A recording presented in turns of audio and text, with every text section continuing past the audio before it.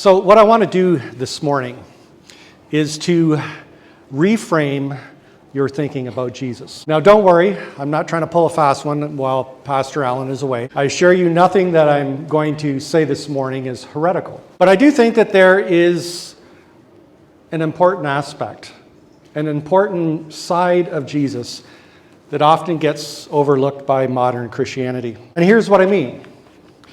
This is the Jefferson Bible by Thomas Jefferson, one of America's founding fathers and early presidents. Now, there's various conflicting accounts as to why he wrote the Jefferson Bible, but I'm just going to go with the most common version. According to this account, while Thomas Jefferson greatly admired Jesus, he thought of Jesus as a great moral sage, a wise man, a Confucius-type figure, a great moral teacher.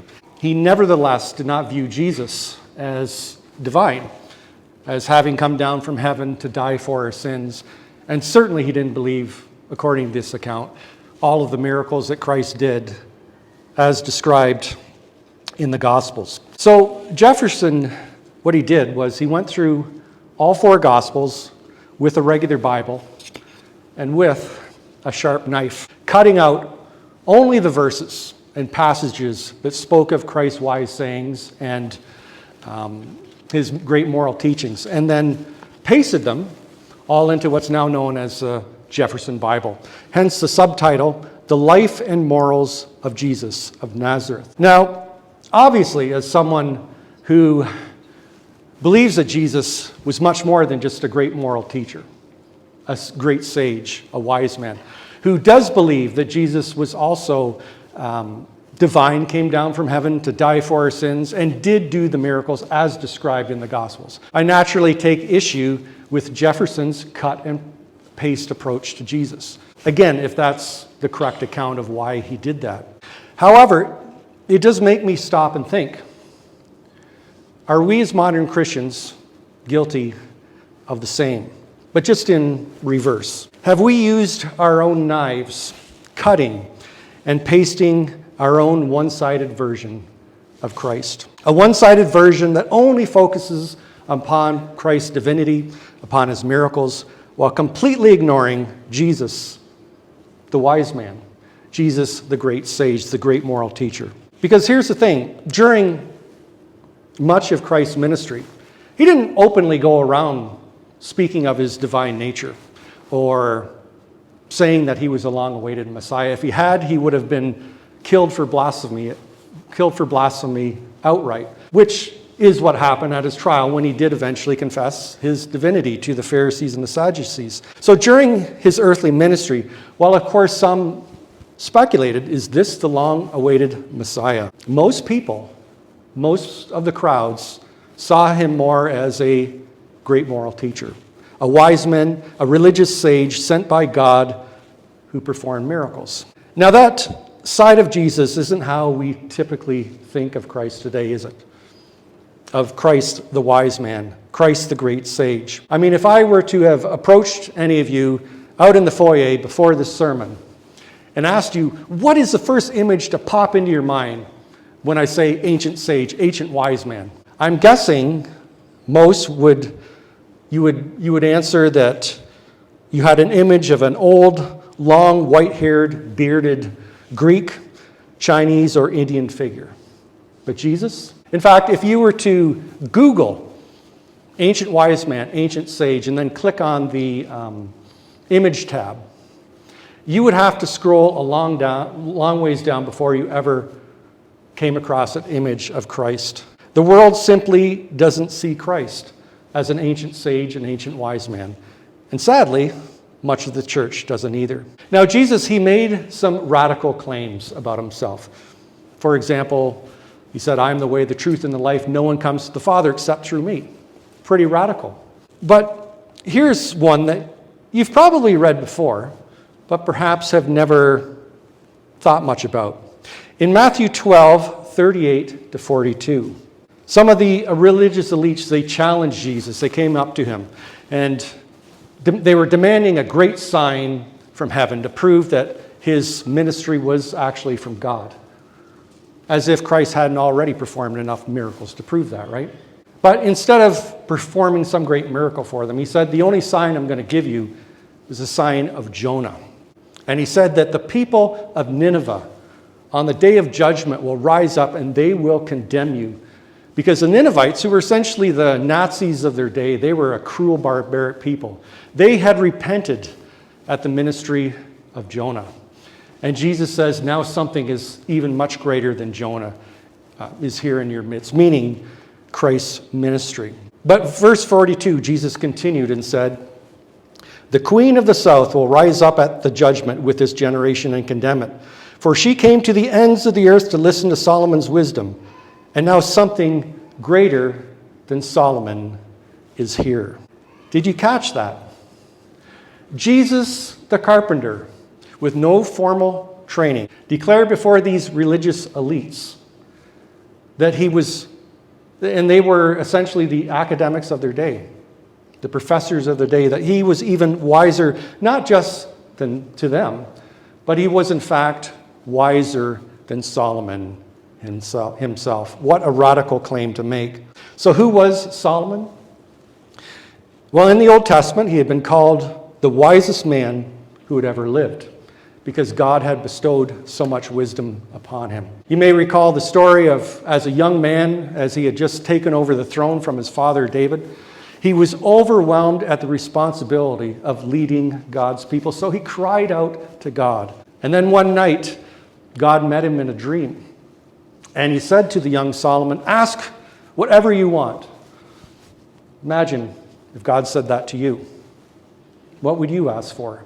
Well, instead of being like most of us, instead of being like most young men too, instead of asking for great wealth, a long, prosperous life, he asked for wisdom. He wanted wisdom to govern his people in justice, in fairness, and in righteousness.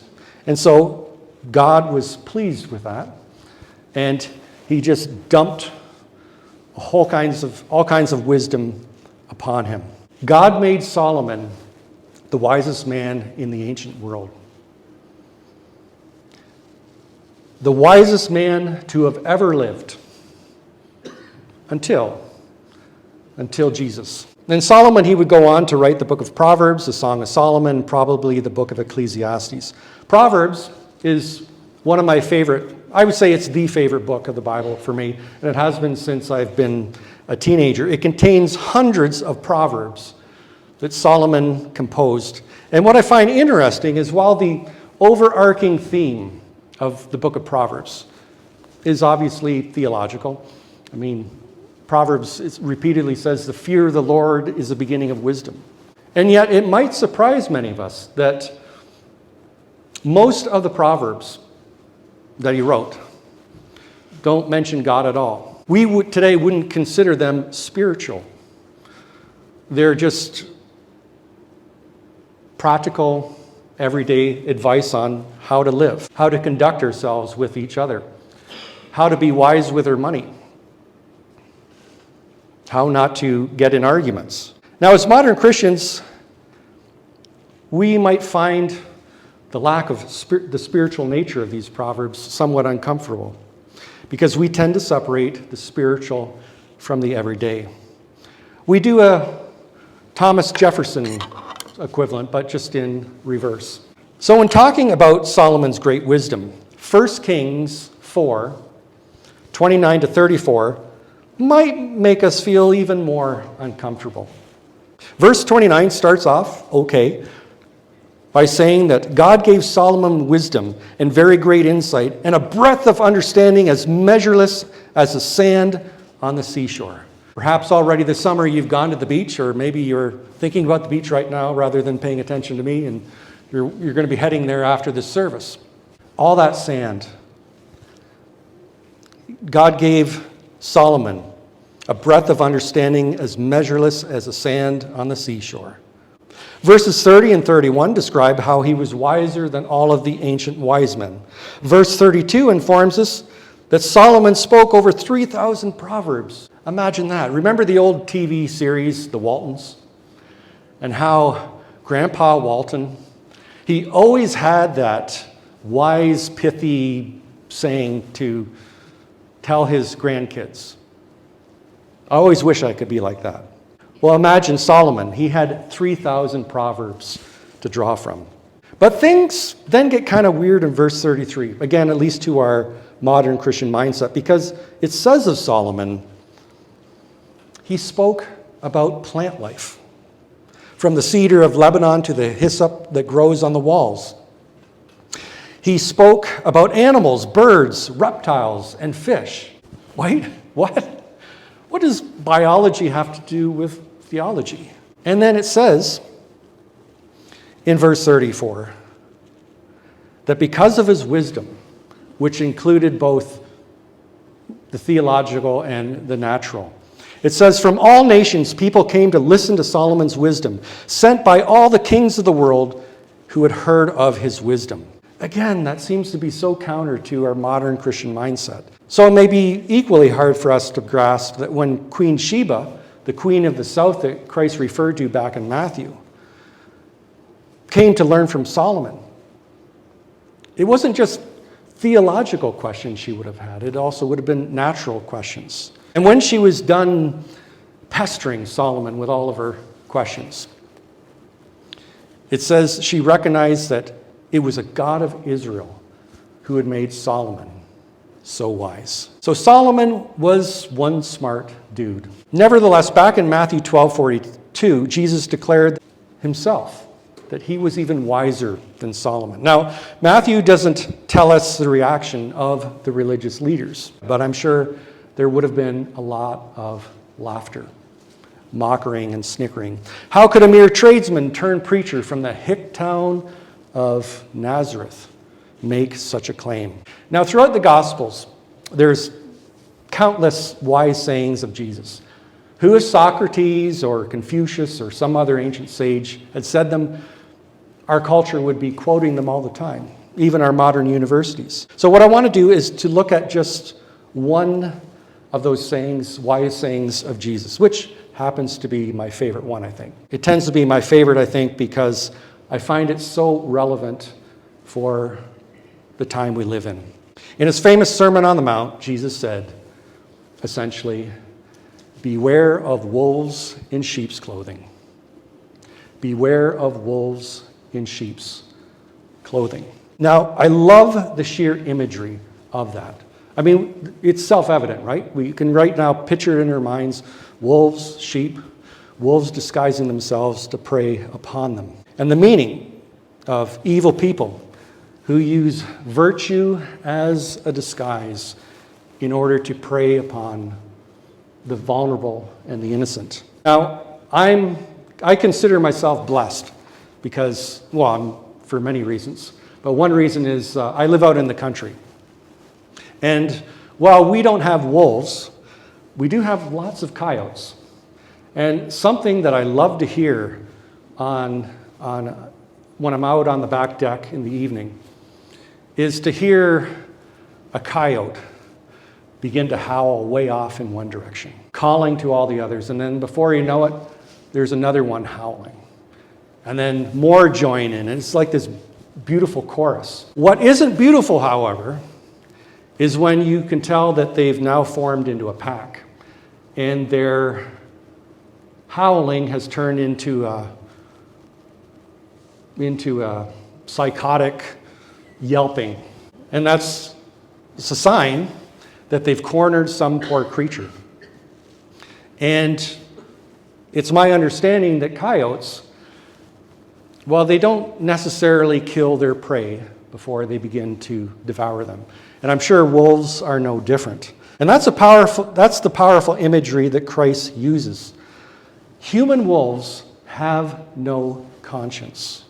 Human wolves don't care about the sheep. They don't care how much suffering they inflict as long as they get what they want. Now, the wolves in Christ's day were those who used religious piety as a disguise. Namely, the religious leaders who, like real wolves, didn't prey upon the strong, but upon the vulnerable and the weak. Jesus described them elsewhere as those who devour widows' homes and for show made lengthy prayers. These were horrible men. They preyed upon the most vulnerable of Jewish society, using the things of God as a disguise. But here's something that can cause me to lie awake at night. Such people have existed all throughout history, not just in Jesus' day. They have disguised themselves with whatever virtuous demeanor that happens to be considered virtuous at the time. So what about our modern culture? Yes, we can point to the obvious, to the TV evangelists, but again, that's pretty obvious. What about their secular counterparts? I mean, in a secular culture that's becoming ever increasingly hostile to religion, it's not as though religious piety is a good form of disguise anymore. So I ask this question: what does our modern culture consider virtuous? Could get into trouble here, but how about social activism? How about social justice? Now, let me be clear, caring about issues concerning the poor and the vulnerable, that's good, right? Everybody understands me? That's what Christ did. That's what as Christians we're called to do. But that's the whole point of Christ's warning of beware of wolves in sheep's clothing. Wolves will use any sacred thing as a disguise. And it seems these days everyone wants to be a social activist, don't they? But I say that instead of calling many of them at least social activists, some of them social activists, many should just be simply called social agitators. Have you noticed how so many of them claim to be the voice of the voiceless, the spokesperson for the vulnerable? And yet, they always seem to make things worse rather than better. They seem to increase tension rather than decrease tension. Now, whether this is true or not, but I saw it on TikTok, so it must be true. But I saw how supposedly if you gently put black ants in a jar with red ants, nothing happens. But if you shake the jar, then the black ants and the red ants turn on each other and will fight to the death. And I ask, doesn't it feel like our culture is being shaken today, causing everyone to turn on each other?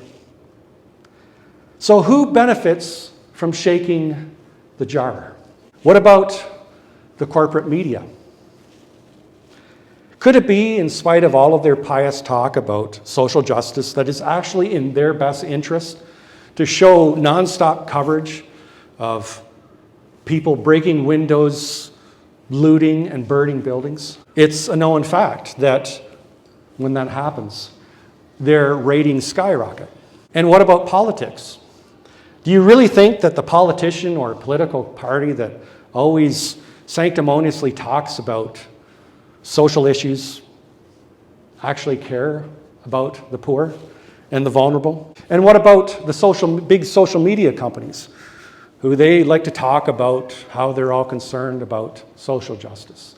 And yet studies have shown that the number one reason why people will share something or comment something, watch a video, it's out of anger. And the social media algorithms, they reward that kind of behavior. And where would many of these so-called social activist groups actually be? Where would they be if we all just basically got along? That's a novel thought. Now again, being concerned with social issues is good. Just in the same way, back in Jesus' day, being concerned and taking care of the widows was good. But just as how the wolves of Christ's day preyed upon the widows using the disguise of religious piety, there are many today who prey upon the vulnerable, the weak, the innocent, all supposedly in the name of social justice. And I guess I should have warned you when I first started about talking about beware of wolves in sheep's clothing, that once you understand how wolves operate, you'll never watch the news, you'll never listen to a politician, you'll never scroll through social media the same again. Now, as I just mentioned just a few minutes ago, there are countless wise sayings of Jesus, much more than just beware of wolves in sheep's clothing. And if any other ancient sage had uttered them, we'd be quoting them all the time. His sayings rival and surpass those of Solomon. So why are Christ's teachings, why are Christ's sayings not treated in the same manner? Perhaps like some of you, you're very fond of the book of Proverbs and find so much wisdom in Solomon's Proverbs. But do you feel the same when it comes to Christ's wise sayings? And if Christ was wiser than Solomon, then shouldn't the church be known for its wisdom? In our crazy dark times, shouldn't the church be a beacon of wisdom on a hill? It seems many in our culture see us as irrelevant. And so something that I find myself constantly asking is, where's our Jordan Peterson? For those of you who may not know him, he's a famous Canadian clinical psychologist who's taken the world by storm in the last few years. And while he is definitely not a Christian, but because he's been a clinical psychologist his whole working career, has a lot of insight into the darker nature of the human soul.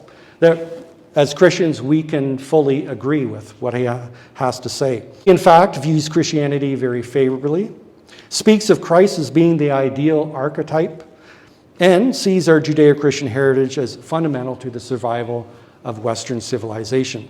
And rightly or wrongly, Peterson is viewed by many as a modern sage, a modern wise man, especially young men who are flocking to him in droves, to looking to him for guidance in our crazy, turbulent culture. So if he agrees and talks openly about Christian themes, and young people are flocking to him, then why is there such a mass exodus of young people from our churches today? Makes you think, doesn't it? Why do we not seem to have a Christian Jordan Peterson equivalent? Now, don't get me wrong, there's lots of awesome, great preachers out there.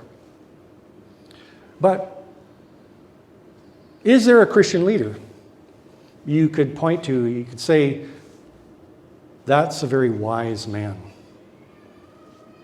That man, he's a sage. And if Christ was wiser than even Solomon, shouldn't the church be known for its wisdom? Now, while I greatly appreciate Jordan Peterson, and I'd encourage people to watch his videos, what bothers me about him, though, is that he seems to be a lot like Thomas Jefferson. On the one hand, Jordan Peterson, he sees Jesus as this great moral sage, this great moral teacher, this ancient wise man. But he doesn't seem to connect the dots that Jesus couldn't have been those things unless he was also divine. And as modern Christians, I think we make a similar mistake, but again, in the opposite direction. If Jesus was divine, if he was God, then of course he's going to be the wisest man who ever lived. He would be a sage. He would be a wise man. Perhaps we should start viewing him that way. So hopefully I've reframed your thinking about Jesus this morning, and may you never see him the same again.